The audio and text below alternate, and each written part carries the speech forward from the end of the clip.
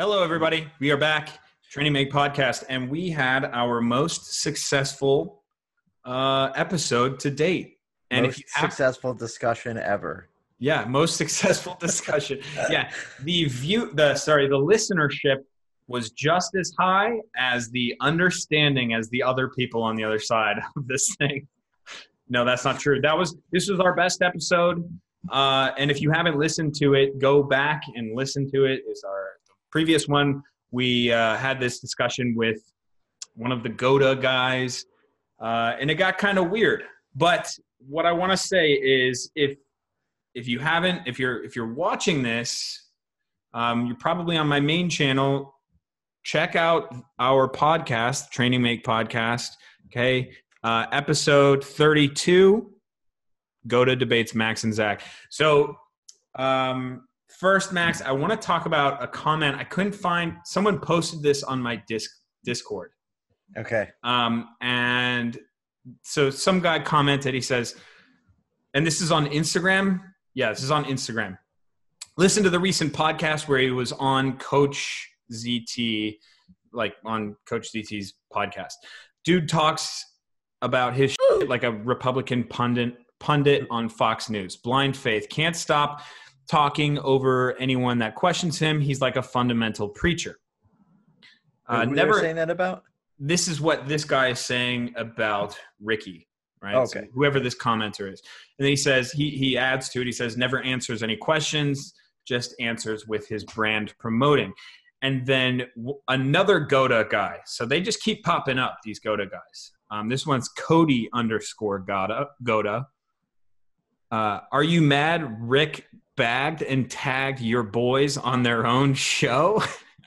Are you mad? Okay. So apparently, Max, you and I were bagged and tagged on our show.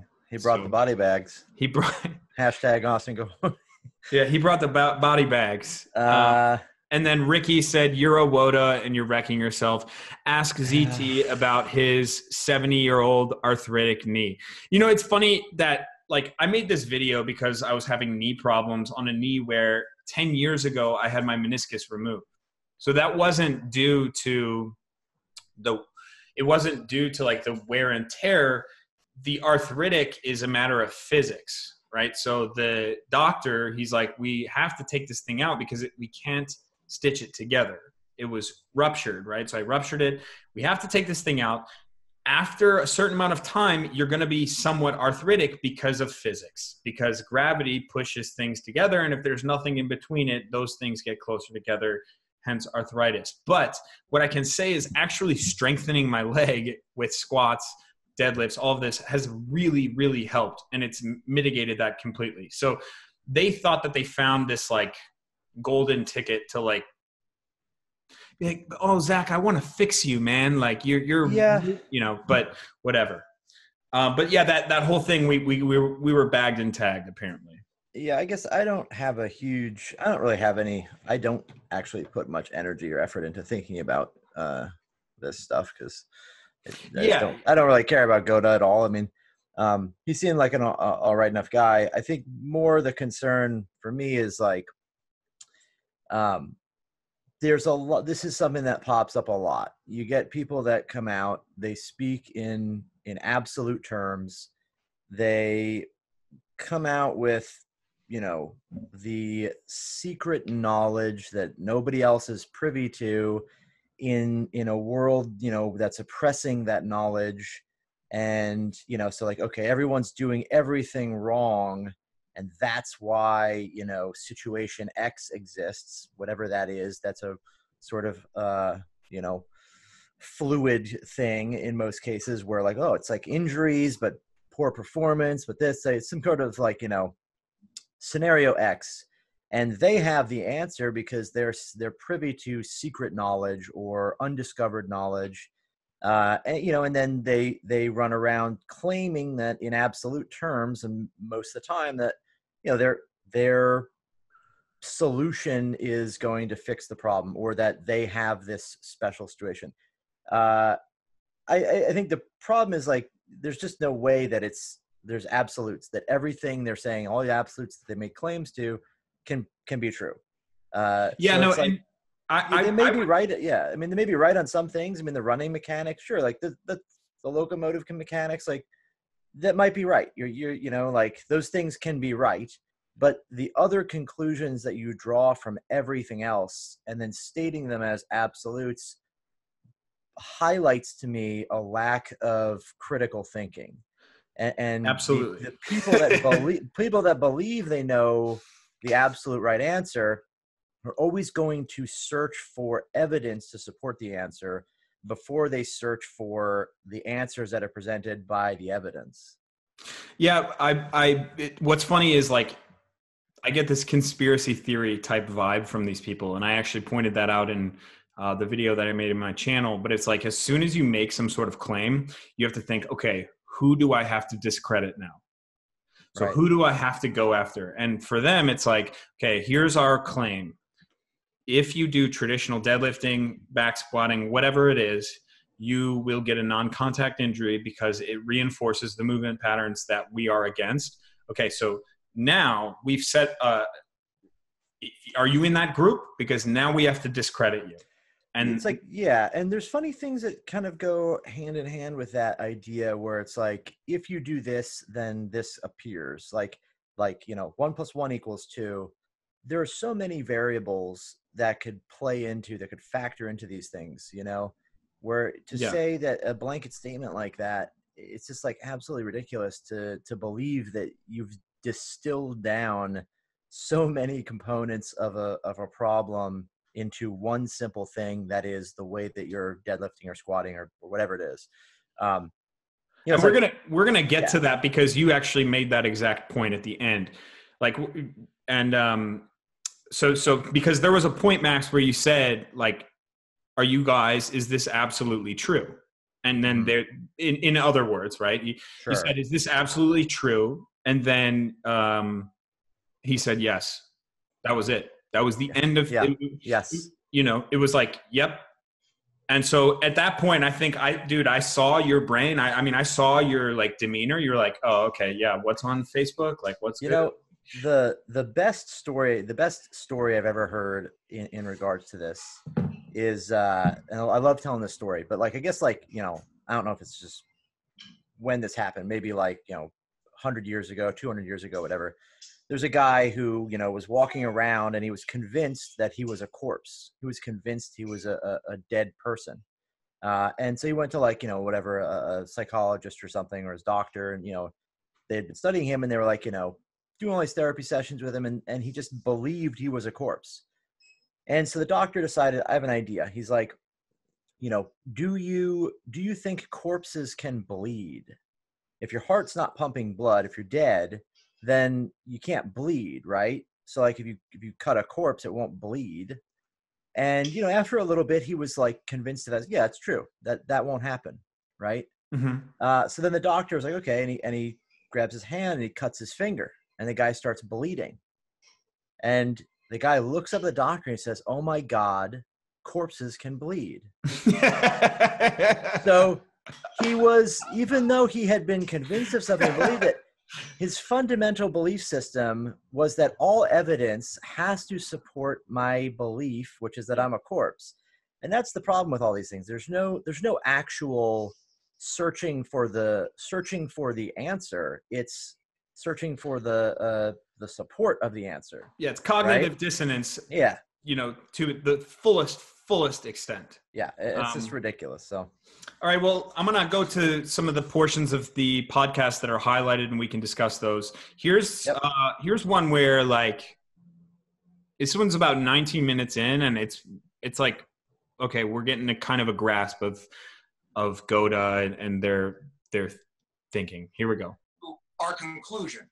That doesn't mean that we're not looking other places. That doesn't mean that we're not reading books. Doesn't mean we're not looking at research. We actually have PTs and doctors and chiros. We have a chemist, RJ, who's on that side of like, let's find this in research so that when people ask, we can start to do it. Now, we don't need the research. People like it, but we're already recoding people. We're already taking bad movement and we're already fixing it. We're doing that. Listen, we can't wait for the institutions in academia.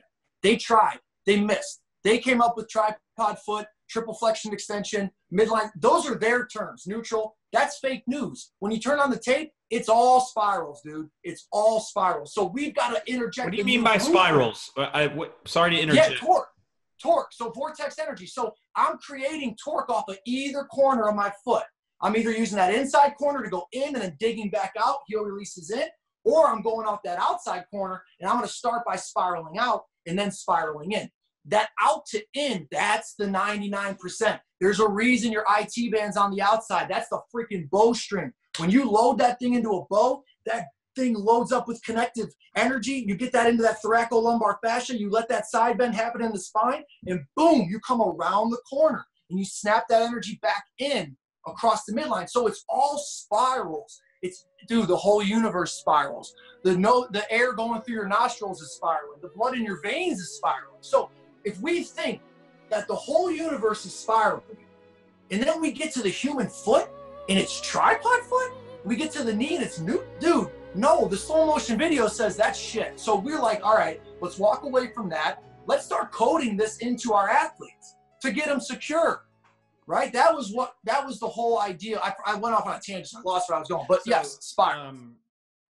I will say this is one of the biggest fundamental hurdles in these kind of conversations, and probably one of the biggest issues in the entire industry is that there's a lack of common glossary. So he throws a lot of terms and words that are proprietary to their system of proprietary is a perfect right. Like so it's really difficult to know exactly what he's talking about, but it's mostly because you don't know what the terms mean. Like it's to be fair to him, like there's a lot of this that goes around all over the industry, right? But it's like, I wish we could have had a better chance to sit down and create a common glossary between us, at least for the discussion, so we could understand, like, hey, what exactly are we referring to when we say spirals, or whatever other terms are. That there may be a term for that exists that is so it's like, I don't know. The reason I'm laughing though, the reason I'm laughing is because the way that it comes out, it sounds funny, right? He sounds like Eddie Bravo, but like there is something to be said about like in nature, certain patterns happening over and over and over again. I understand that. Yeah. Like I'm not trying to just call him some like wacko hippie or whatever. It's maybe the way that they bridge that gap with like it's bowstring and the connective tissue. Like it's a little bit. You're kind of smashing those two concepts together. I get that. I'm just laughing because it sounds funny, but what would you do if you went to a doctor and he's like, bro, your Fibonacci vent on your heart is totally out of whack? I'd be like, word. What the fuck is that? What's gonna? He's like, no, it's fine, dude. I just call it that. I know other people call it your aorta, but I call it your Fibonacci valve. Yeah. There's two things to dissect here. One of them was what I just said was like that gap bridging, right? Like the two big concepts. You have that and like the Fibonacci sequence, the spirals, all of these patterns that happen in nature, that happen in the universe. That is a broad concept that's being explored by a group over here. And then the torque that is created when you plant from the inside of the foot rather than the outside of the foot, what the IT band does, and he's smashing them together. Okay, so there's that one. The second one, there was a little thing in there. He said, we don't need the research because we're already doing it. And that's the issue that I have with that is it's not that he said we don't need the research, it's the fact that those two things cannot coexist in his mind. And I actually, there was another point where I kind of started yelling and I wish I hadn't done it, but you can get research done while you're working with athletes. So you don't need to say to the medical fields that, hey, you're a bunch of idiots. We're just going to do our thing. What you can do is like, hey, can you test this out? We're going to do our thing. I think the fear is that the answer that structured scientific rigor will give these guys is not going to be absolute. It's not going to be straight up. And what do they do then? What is their brand then? What is their identity when something like the scientific process says, hey, slow it up on the absolute claims there? Yeah, I think that's got to be the fear, because the reality is, like, your answer is gonna be, I guarantee your answer is gonna be something that is vague and difficult to pinpoint and say it depends. There are a multitude of factors, and there are some, what appear to be correlations, some appear to be a cause and effect kind of situation for certain factors, but in other cases it doesn't exist. It's just not gonna, nothing in this industry has been that fucking decisive. I mean, Dude, there are some general concepts that, yes, I mean, specificity is a very simple concept to grasp. Yeah. that we can prove to a large degree is accurate. To what degree, we still have no way of knowing exactly, but we can say that, yes, generally people that bench press are going to get better bench pressing. Right. So it's like with this, where it's like you're talking about, we don't know exactly what you're talking about. It was a little challenging to understand exactly what it is. And then on top of that, you're drawing a lot of conclusions to say that the thing I'm talking about, which is sort of undefined, is directly, absolutely related to this thing that is also somewhat hard to define. In that clip too, the very beginning of that clip, he outlined exactly the flaw in their scientific method, which was, he said that, we have doctors looking through the research, we have people looking through the research, so that when people ask, we can find the thing that supports what we're saying. That is the definition of cherry picking research to support a claim. It's like, ding, ding, ding. You're not looking for what does the investigation, what's the evidence it shows us, and can we draw that conclusion? What conclusions can we draw from the evidence we have? It's, this is the answer. Find something that supports it. And I'm glad that you said that, because you actually pointed that exact thing out in the debate, if you want to call it that, at this point. So I'm going to put another highlight to the podcast right here. Question I would say about anything, and for weightlifting or not, I mean, I wouldn't even, myself, if I was a strength and conditioning coach, probably wouldn't do a lot of Olympic weightlifting, simply because, anything you do in the weight room is general anyways. So the transference is going to be probably very similar or immeasurable in the long term. But I think the question always has to be asked, are our assumptions correct? Right?